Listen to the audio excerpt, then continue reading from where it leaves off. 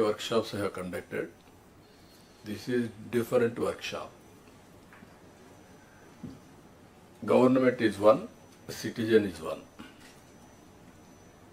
మనమందరం కలిసి different services common మ్యాన్ని empower చేయడానికి ప్రయత్నాలు చేస్తున్నాం.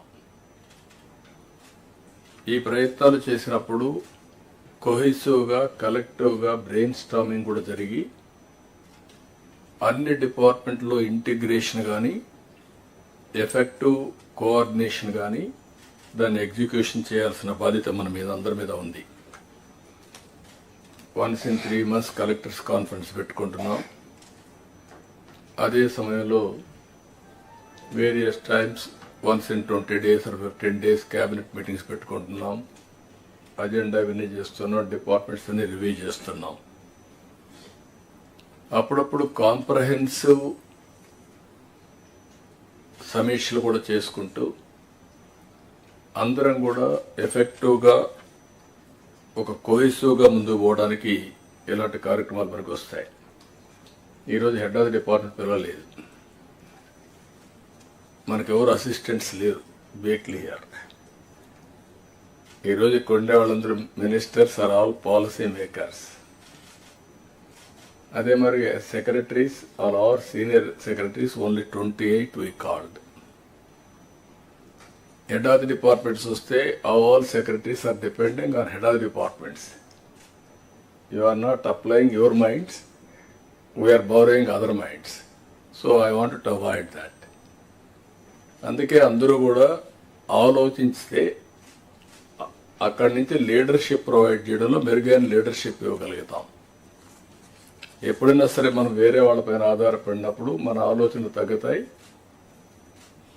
వీళ్ళంతా రొటీన్ అడ్మినిస్ట్రేషన్లో పడే పరిస్థితి వస్తుంది. అందుకే ఈ brain storming session, I can say it is a brain storming session and reorienting hour cells.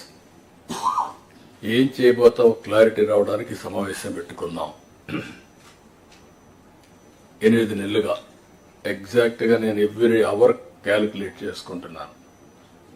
By tomorrow 12వ తారీఖు నేను ప్రమాణ స్వీకారం చేసి 8 months అవుతుంది. కొత్త గవర్నమెంట్ వచ్చి 8 months అవుతుంది.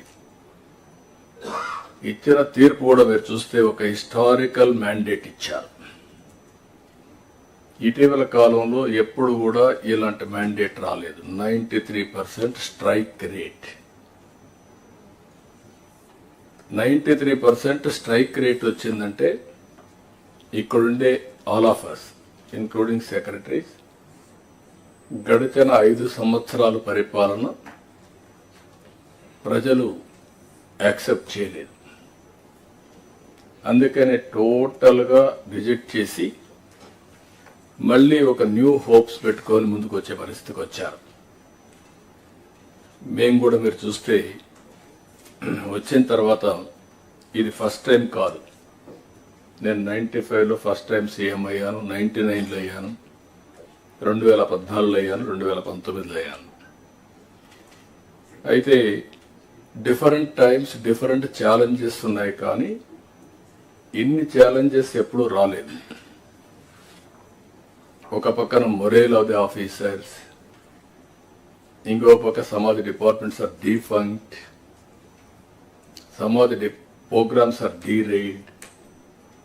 గవర్నమెంట్ ఆఫ్ ఇండియా నుంచి మనం గుర్తుపెట్టుకోవాల్సింది ఎప్పుడు కూడా సెంటర్ స్టేట్ రెండు కూడా 3 గవర్నమెంట్లు ఉంటాయి. Local self government, state government, central government. Central government వాళ్ళ ప్రోగ్రామ్స్ వాళ్ళు కన్సీవ్ చేస్తారు, స్టేట్ గవర్నమెంట్ మన ప్రోగ్రామ్స్ చేస్తాం, సెంట్రల్ గవర్నమెంట్ ప్రోగ్రామ్స్ అనుసంధానం చేసుకుంటాం. దగ్గర 90 సెంట్రలీ స్పాన్సర్ స్కీమ్స్ ఉంటే టోటల్గా అన్నీ కూడా డిఫంక్ట్ అయిపోయినాయి. ఫండ్స్ డైవర్ట్ చేసే పరిస్థితికి వచ్చారు. వీటన్నింటిపైన మనం ఒక 7 white papers అన్ని పబ్లిసైజ్ చేశాం. పబ్లిక్ కూడా మనం గుర్తుపెట్టుకోవాల్సింది,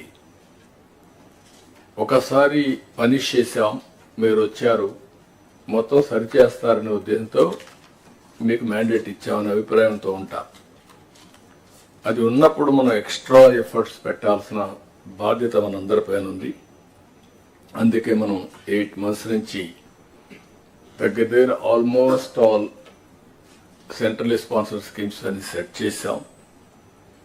ఇంకొక పక్కన అడ్మినిస్ట్రేషన్ కూడా ట్రాక్లో పెట్టడానికి ప్రయత్నం చేశాం.